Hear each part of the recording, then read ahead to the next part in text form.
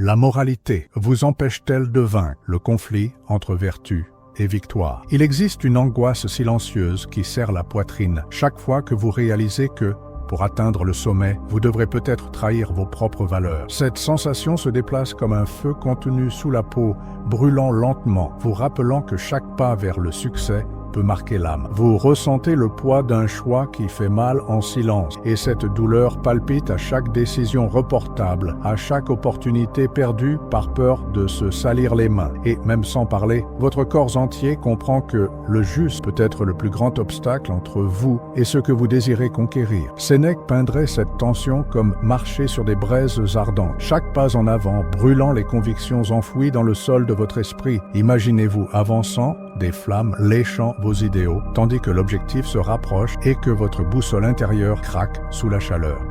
À chaque avancée, les braises rappellent que la victoire construite sur l'abandon de soi est une flamme sur le point de consumer le havre de paix de votre intégrité. Et, dans ce labyrinthe de chaleur et de peur, l'esprit cherche une issue qui ne laisse pas de cicatrices profondes. Épictète nous murmure, à travers les siècles, que ce ne sont pas les actes eux-mêmes, mais notre jugement à leur égard qui nous enchaîne. La moralité que vous portez peut être votre allié ou votre prison. Selon qui la définit en premier? Le poids de ce jugement est-il vraiment le vôtre, forgé par votre propre boussole intérieure, ou un ensemble de règles héritées de voix qui n'ont jamais osé traverser leur propre feu? Ce doute résonne en vous, défiant chaque conviction qui semblait inébranlable. Jusqu'où, permettez-vous, que le devrait être empêche le peut faire? Cette question résonne comme un tambour dans le silence de votre conscience, vous invitant à affronter le point exact où la vertu se transforme en entrave et la victoire vous échappe des doigts. Dans cette rencontre entre flamme et ombre, naît le véritable défi, découvrir s'il est possible de vaincre sans sacrifier l'éclat de votre âme. 1. La blessure cachée du « je ne peux pas ». Il y a une culpabilité sombre qui s'installe dans le silence de votre poitrine chaque fois que vous refusez un avantage pour être correct. Vous sentez un poids invisible agripper votre estomac, un nœud ténu qui serre à chaque respiration, vous rappelant qu'une partie de vous est restée derrière, tandis que le monde avance. Ce sentiment résonne dans chaque ombre d'opportunité que vous avez laissé passer, emportant avec lui la sensation d'impuissance forgée par votre propre jugement intérieur. Vous expérimentez en secret la honte de celui qui rêve grand, mais s'auto-censure avant même d'essayer. C'est comme si une voix ancienne murmurait à votre oreille que rien ne vaut la peine si ce n'est pas impeccablement exempt de défauts. Et, sous ce murmure, vous ravalez votre propre désir. L'esprit crée des murs avant le premier pas.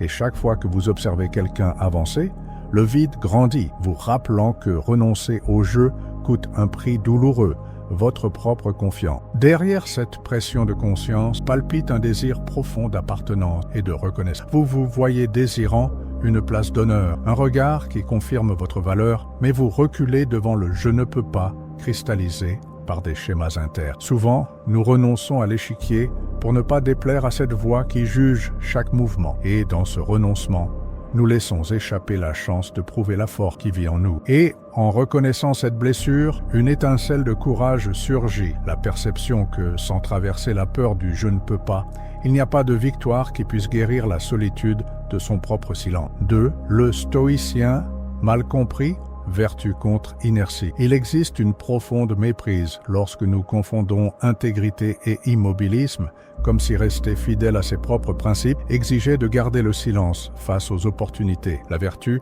loin d'être un poids qui paralyse, devrait être la force qui propulse l'action, alignée sur son essence. Cependant, beaucoup s'accrochent à l'idée que l'idéal ne se réalise que dans une perfection absolue, et ainsi, les décisions restent suspendues dans les limbes du doute, tandis que le monde continue son mouvement. Sénèque avertissait que la sagesse sans action n'est que vanité. Et cet avertissement résonne comme un doux coup pour celui qui croit que trop réfléchir équivaut à agir avec droiture. Le vrai courage consiste à s'approcher du feu sans le laisser consumer son âme, s'émarrer des braises avec un but et non reculer. Chaleur. La vertu exige le mouvement, même lorsque chaque pas semble inconfortable, car le terrain de l'intégrité se raffermit au contact de ses propres pieds, et non par l'inertie consolée par une conscience tranquille. La clé est de trouver, pour chaque contexte, la manière honnête d'avancer sans s'aliéner. Il ne s'agit pas d'abandonner ses valeurs, mais de chercher des chemins créatifs qui traduisent cette vertu en gestes concrets. Lorsque vous comprenez que la cohérence authentique combine réflexion et audace, le stratège intérieur se réveille, prêt à dessiner des routes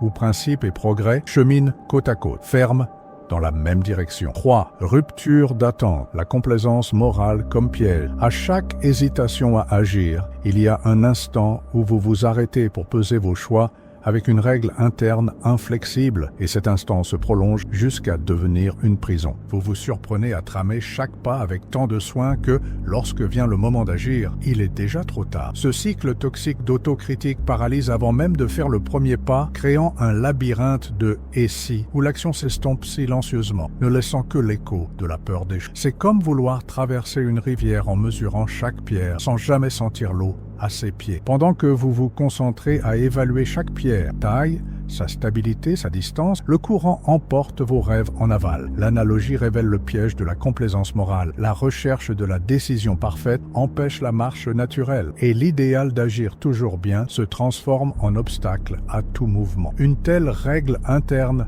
peut avoir été sculptée par vous ou héritée de voix anciennes qui n'ont jamais bu à la source de leur propre expérience. Les exigences qui bloquent vos pas sont-elles le fruit de votre vérité ou de simples impressions d'autrui qui se sont infiltrées dans votre conscience? Cette réflexion intime vous invite à reconnaître l'origine de vos propres limites, vous demandant si cela vaut la peine de porter une moralité qui entrave autant qu'elle libère. Identifier ce piège, c'est s'éveiller à un nouveau sens du courage, la capacité d'agir même lorsque la règle interne vibre encore de... En faisant le premier pas, vous démontrez que la vertu n'a pas besoin d'être synonyme d'immobilité, mais qu'elle peut s'épanouir dans l'acte de traverser la rivière, en sentant l'eau à ses pieds et en embrassant la vie qui coule en perpétuel changement. 4. Exercice pratique. Le principe du déviation honnête. La créativité éthique surgit lorsque vous trouvez un juste milieu entre l'obligation et le résultat, en déviant du chemin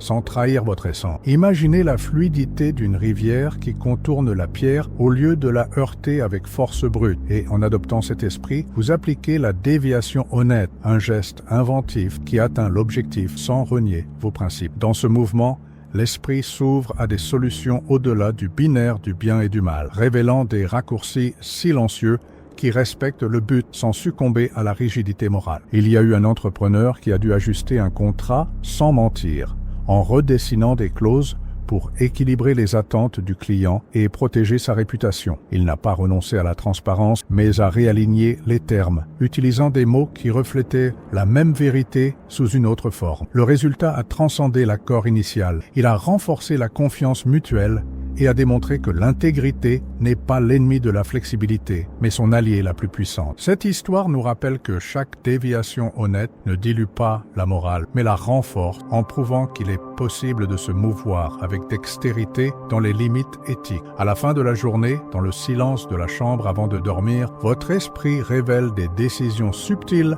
prises sous la faible lumière du crépuscule. Revoir ses choix et identifier au moins une déviation honnête créée dans la journée apporte de la clarté sur votre capacité à agir avec sagesse pratique. Sentir dans son corps la légèreté d'avoir surmonté une impasse morale sans s'abandonner renforce la confiance intérieure. Et ainsi, chaque nuit remplie de ces petites victoires, la déviation honnête devient une habitude, affinant votre caractère et élargissant les frontières de ce qu'il est possible de conquérir sans se trahir. 5. Métaphore révélate le gouvernail invisible. Imaginez un bateau fendant les eaux incertaines, propulsé par des voiles tendues par le vent de vos ambitions, mais gouverné par un gouvernail fait de bois fragile. Ce gouvernail est la moralité sans le renforcement de l'action, rigide, sec, incapable d'affronter les tempêtes sans se briser au premier fort. Vous percevez le bateau osciller, tourner sans contrôle lorsque vous essayez de vous guider uniquement par des principes qui n'ont pas reçu les soins pratiques de celui qui plonge dans la mer de la vie. La fracture du gouvernail représente le moment où l'éthique sans adaptation au contexte devient un obstacle au lieu d'un guide. En observant ce scénario, vous réalisez que renforcer le gouvernail ne signifie pas le remplacer, mais le revêtir des fibres de l'expérience et du courage. C'est nourrir la moralité par des gestes audacieux. C'est renforcer les valeurs par la pratique quotidienne, permettant à chaque décision honnête d'ajouter des couches de résilience au gouvernail. Lorsque l'eau frappe fort, ce n'est pas l'abandon de la boussole intérieure qui saute, mais la capacité d'ajuster le gouvernail avec des mains fermes, sachant que l'axe a été consolidé par de petits actes de foi en sa propre intégrité. Et maintenant, devant ce bateau qui est vous-même, une question résonne dans les vagues de votre intérieur. Comment renforcer le gouvernail pour qu'il dirige votre bateau vers la victoire sans se cacher sous le pont? Dans ce questionnement doux se trouve l'invitation à renforcer, pas à pas, l'union entre ce que l'on croit et ce que l'on fait, garantissant qu'aucun vent, aussi fort soit-il, n'aura le pouvoir de subvertir la route tracée par votre propre vérité. Forgez le stratège intègre. Sénèque nous rappelle que la vertu n'exige pas le sacrifice de l'efficacité,